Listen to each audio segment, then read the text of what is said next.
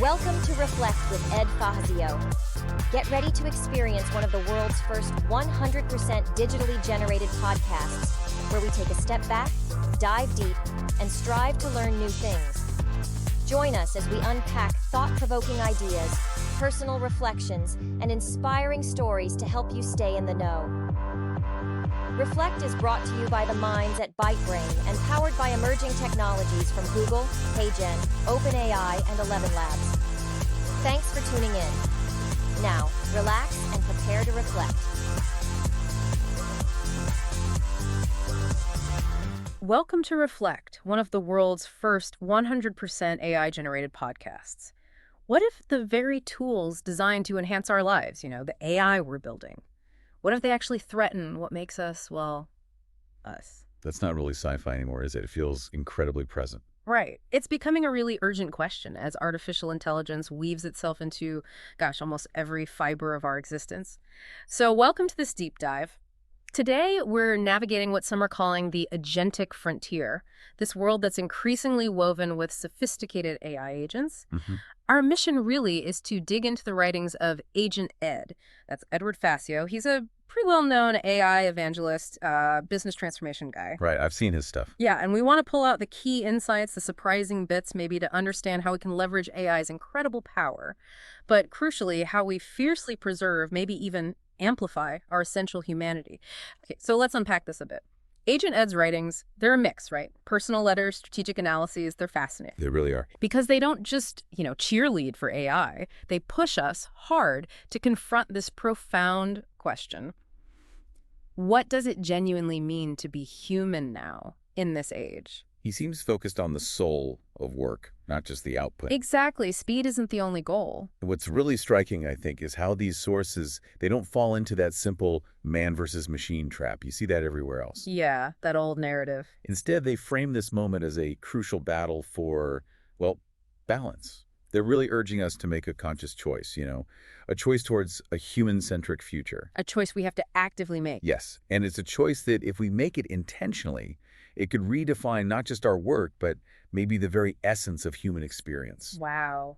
And this agentic frontier, Yeah. It's not some far-off thing, is it? It's here, now. It's absolutely our current reality. Agent Ed defines it as this world where AI agents are just seamlessly integrating into, pretty much every aspect of our lives. Everything. Yeah, from streamlining really complex business stuff to sparking new creative ideas, even just handling our boring daily chores. It's pervasive. And if you connect that to the bigger picture, it's not just about efficiency gains, though that's part of it. Right. It's a fundamental re-architecture, really, of how we interact with the world, how work actually gets done. Agent Ed argues, pretty compellingly, I think, that AI is already a, quote, native part of how we think, work, learn, and live. Just think about your own day, right? I mean, AI is showing up in team meetings, maybe suggesting agenda items. Or helping compose music, assisting doctors with diagnoses. Drafting legal documents, even kids using it for homework help. Exactly. It's touching almost every moment, often subtly, whether we consciously clock it or not. Okay, here's where it gets really interesting for me. Agent Ed's saying AI isn't just optimizing things, it's actively rewriting the rules, like everywhere. Across industries. You might be using it in ways you don't even fully grasp, often for the better. And that brings us to the promise, right? The incredible potential AI has when we use it, right? Absolutely. The sources consistently point this out.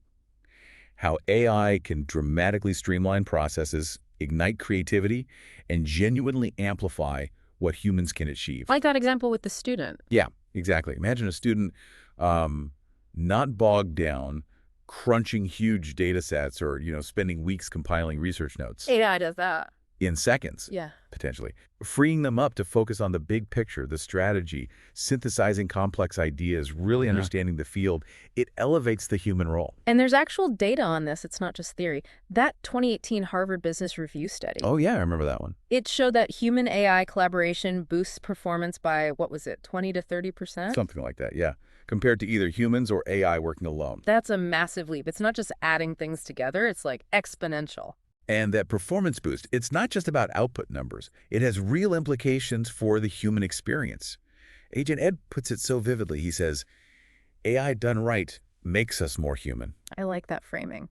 Makes us more human. He argues it gives us back time, brings clarity to complex stuff, lets us stretch creatively. It handles the grunt work, the repetitive calculations. Leaving us free for... For the relational stuff, the intuitive insights, the visionary thinking, the things AI just can't do. It's about reclaiming our time, maybe even our deeper purpose. It sounds amazing, doesn't it? More time, more creative freedom, maybe even rediscovering ourselves. Agent Ed says he's co-written books with AI, built businesses on it, his workshops use it. He's definitely walking the talk. So with all this incredible promise, what's the catch? There always feels like there's a catch, right? Yes. And this leads to a really critical question Agent Ed grapples with. If AI handles the mundane so well, what do we actually choose to do with that extra capacity? Choice again? The sources are pretty clear. The promise only works if AI is built to enhance, not to erase. Because, and this is the crucial part, there is a flip side, a potential peril. Okay, let's talk about the peril. The dark side, maybe. It's this subtle but potentially dangerous erosion of our human core. Over-reliance. It can dull our edge. How so? Well, there was a 2025 Nature study, pretty recent, highlighting this disturbing trend. Leaning too heavily on generative AI for creative tasks or problem solving, it actually saps intrinsic motivation. So you just stop trying as hard yourself. Exactly. It leads to disengaged, almost passive workers. It's not like a sudden AI takeover. It's more like a gradual softening. We lose the drive to wrestle with challenges ourselves. Okay, that's worrying. And then there's this thing called cognitive offloading. You see it discussed in places like Raycon Tour, Time Magazine. Cognitive offloading, like outsourcing your thinking. Pretty much. Relying too much on AI for critical analysis or decisions weakens our own problem-solving muscles. It's like never lifting weights. Plus, if we just accept AI outputs without really scrutinizing them, We all start thinking the same. yeah, it can lead to homogenization of thought, stifle real innovation, give you less diverse, maybe less optimal outcomes. And the risks go beyond just how we think, right? Bias is a big one. Huge. The potential for AI to amplify existing biases is very real. Think about hiring algorithms. If they're trained on biased historical data... They don't just perpetuate that bias, they can actually make it worse, systematically. And that's not just unethical. It erodes trust, creates massive legal and reputational risks. It's this silent threat to fairness. Ugh. Okay. What else? Well, beyond work, there are these growing digital well-being challenges. More AI integration means more concerns about privacy, data security. Digital stress, maybe even dependency? Absolutely. If it's not managed really mindfully, research is already showing these psychological and social impacts. It's not just speculation. And you mentioned some groups are more vulnerable. Yes, that's a key point. That McKinsey 2024 report, for instance, it found women face about a 20% higher automation risk than men right now. Wow, 20% higher. So you put all this together, what does it mean for us? It's like that muscle analogy. It atrophies if you don't use it. So if an algorithm runs your newsfeed, a bot handles your difficult conversations. Your emotional core, your moral compass. It can start to shrink almost without you noticing. You might become super efficient, frictionless, maybe even impressive on the surface. Hollow inside. Potentially, yeah. Hollowed out. And this is exactly where Agent Ed's sources are pushing us. Be critically aware. It's not just about jobs. It's the subtle erosion of what defines us if we're not intentional. Which leads us right to, what are those uniquely human qualities? Right. The stuff AI can't touch, and why does it matter so much now? Right. And this, as Agent Ed puts it pretty bluntly, this is the whole damn point. We aren't just users interacting with tech. We're feelers, meaning makers, you know, spiritual beings with, as he says, dirt under our nails and stories in our scars. Love that imagery. The sources detail these core human attributes AI can't replicate. He calls them the sacred, slow, soulful part. Okay, like what? Give me specifics. All right, first, creativity and intuition. That ability to dream up something genuinely new, make those intuitive leaps, create original work that algorithms just can't predict. The spark. Exactly. The World Economic Forum keeps highlighting creativity as one of the most valued human skills now. Okay, creativity. What else? Empathy and emotional intelligence. Our ability to genuinely understand, share, and respond to others' feelings, it's the bedrock of teamwork, customer service, real leadership. AI can mimic empathy, maybe? Based on data? It can simulate understanding, yeah, but it lacks lived experience, genuine emotional depth. You can't feel connection. Got it. What's next? Critical thinking and ethical reasoning, being able to evaluate information, challenge assumptions, make judgments based on a moral compass. Super important with all the AI-generated content flying around. More crucial than ever. Assessing AI outputs, spotting bias, ensuring ethical alignment. That's a human job. Okay, makes sense. Anything else? Yeah, and this is a big one. Consciousness and subjective experience. The actual feeling of what it's like to be you. Self-awareness, personal values, the richness of just being. The inner world. AI doesn't have that. Philosophically, that's a huge divide. Our ability to reflect, find meaning, that's fundamentally human. And resilience, adaptability. Absolutely. Our ability to navigate the unexpected, learn from failure, keep going through tough times. Work is changing constantly.